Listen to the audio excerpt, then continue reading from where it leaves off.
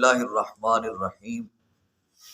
حضرات ذی وقار، اللہ کے فضل، حضور علیہ الصلوۃ والسلام کی نظر رحمت سے مجھے اور آپ کو نماز فجر با جماعت ادا کرنے سے نوازا گیا۔ اللہ کریم ہم سب کی حاضری کو درجہ قبولیت عطا فرمائے۔ الریاض الصالحین کتاب المجاہدہ حدیث نمبر 6 پیش کر رہا ہوں۔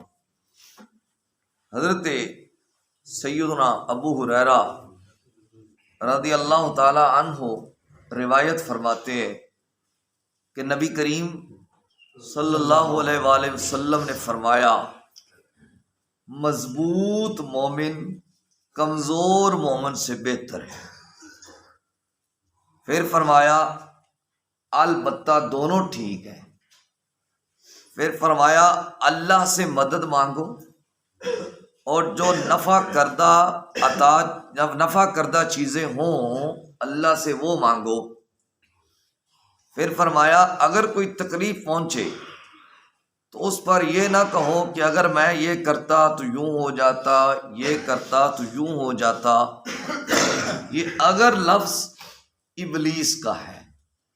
اب یہ حدیث پاک ہے کہ مضبوط مومن کمزور مومن سے بہتر ہے۔ اس کا مطلب کیا ہے؟ اس کا مطلب یہ ہے کہ بعض بندے ہوتے ہیں جب اللہ پاک نے ان پر بہت زیادہ کرم فرما رکھا ہوتا ہے، ان پر خوشحالی ہوتی ہے، کسی قسم کی تنگی نہیں ہوتی، تب تو وہ کہتے ہیں کہ اللہ کا بڑا شکر ہے، اللہ کا بڑا کرم ہے، اللہ کا بڑا احسان ہے ہم پہ۔ جیسے ہی کوئی تھوڑی بہت ہی آزمائش آئی تو وہاں پہ ڈگمگانے لگے، پھر کہنے لگے جی کچھ بھی نہیں ہے، بس پوری نہیں پڑتی، یہ نہیں ہوتا، وہ نہیں ہوتا۔ تو یہ ہے مضبوط اور کمزور مومن میں فرق۔ اچھا، مضبوط مومن کیا ہوتا ہے؟ مضبوط مومن یہ ہوتا ہے اگر خوشحالی ہو، وسعت ہو، تب بھی اللہ کا شکر ادا کرے۔ اگر خدا نخواستہ کسی معاملات میں پریشانی بن جاتی ہے تو تب بھی زبان پہ کوئی ناشکری نہ لائے، بلکہ یہی کہ ہر حال میں اللہ میں تجھ پر راضی ہوں، ہر حال میں میں تجھ پر راضی ہوں۔ مضبوط مومن بن کے رہنا چاہیے، کمزور قسم کا مومن نہیں بن کے رہنا چاہیے۔ وہ حضرت رابعہ بصریہ رحمۃ اللہ تعالی علیہا آپ جا رہی تھیں تو ایک نوجوان نے اپنے سر پر پٹی باندھی ہوئی تھی، اس کی عمر تقریباً 35 سال کے لگ بھگ تھی۔ تو فرمایا کیا ہوا؟ وہ کہنے لگا جی سر درد ہے۔ تو آپ نے فرمایا پہلے بھی کبھی ہوئی ہے؟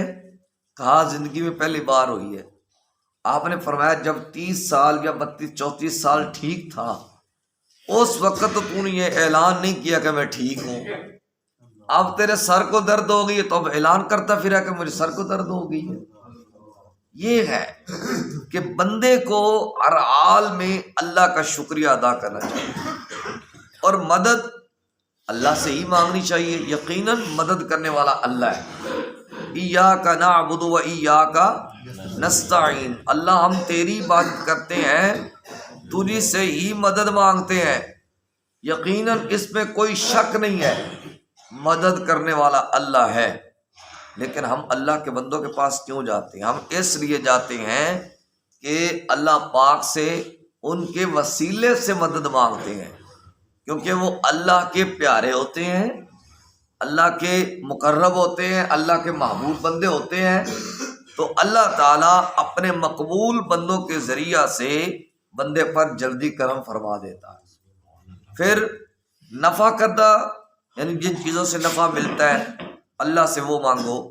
اس سے مراد بھلائی ہے، اس سے مراد اللہ کی رحمت ہے، اس سے مراد علم دین ہے۔ یعنی علم دین ہمیشہ طلب کرتے رہنا چاہیے، اللہ سے دنیا اور آخرت کی بھلائیاں ہمیں طلب کرتے رہنا چاہیے۔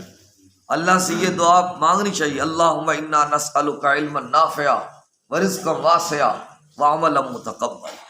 پھر اگر کوئی تکلیف پہنچ جائے، کوئی پریشانی پہنچ جائے تو یہ نہیں کہنا چاہیے کہ میں یوں کرتا تو یوں ہو جاتا، یوں کر لیتا تو یہ ہو جاتا۔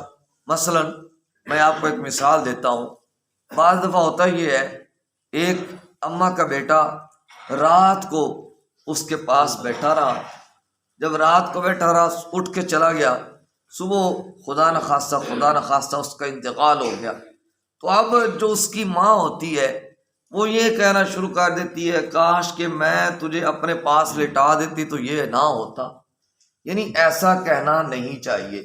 پھر دوسری مثال یہ ہے، اگر مثال کے طور پہ کوئی بندہ سفر پہ چلا گیا، خدا نخواستہ رستے میں کوئی ایسا حادثہ پیش آ گیا، ایکسیڈنٹ ہو جاتا ہے، تو پھر لوگ کہتے ہیں اگر یہ سفر نہ کرتا تو یوں ہو جاتا، یعنی اس طرح کے افعال لینے نہیں چاہیے، اس طرح کی باتیں نہیں کرنی چاہیے۔ پھر یا یوں ہوتا ہے، مثلا ایک بندے کی ایک عورت کے ساتھ شادی ہو گئی، خدا نخواستہ شادی ہونے کے بعد اس کے کاروبار کو تھوڑے بہت معاملات ڈسٹرب ہو گئے، یعنی نوکری کر رہا تھا تو اس کے بعد اس کی چھٹی ہو گئی یا کسی وجہ سے فارغ ہو گیا، تو اب جہل قسم کے جو لوگ ہوتے ہیں ان کی زبانوں پہ یہ تبصرہ ہوتا ہے کہ اس بندے نے اس لڑکی کے ساتھ شادی کی ہے تو تب اس کے ساتھ یہ حالات پیش آئے ہیں، حالانکہ اس میں اس لڑکی کا کوئی قصور نہیں ہے۔ تو یہ جاہلانہ بات ہوتی ہے، جہالت کے سوا ان باتوں کی کوئی حقیقت نہیں ہوتی۔ فرمایا یہ اگر مگر کرنا یہ ابلیس کا عمل ہے، یہ بندے سے شیطان کہلواتا ہے، اس سے بندہ اللہ کی ذات پہ شکایت کرتا ہے، جبکہ ایسا نہیں ہونا چاہیے۔ اللہ پاک سے التجا ہے، اللہ پاک ہمیں ان باتوں کو سمجھنے کی توفیق عطا کرے، ان باتوں پہ عمل کرنے کی توفیق عطا کرے۔ وصلی اللہ تعالی علی حبیبہ الاعلی سید الانبیاء محمد وعلی آلہ و اصحابہ اجمعین برحمتک یا ارحم الراحمین۔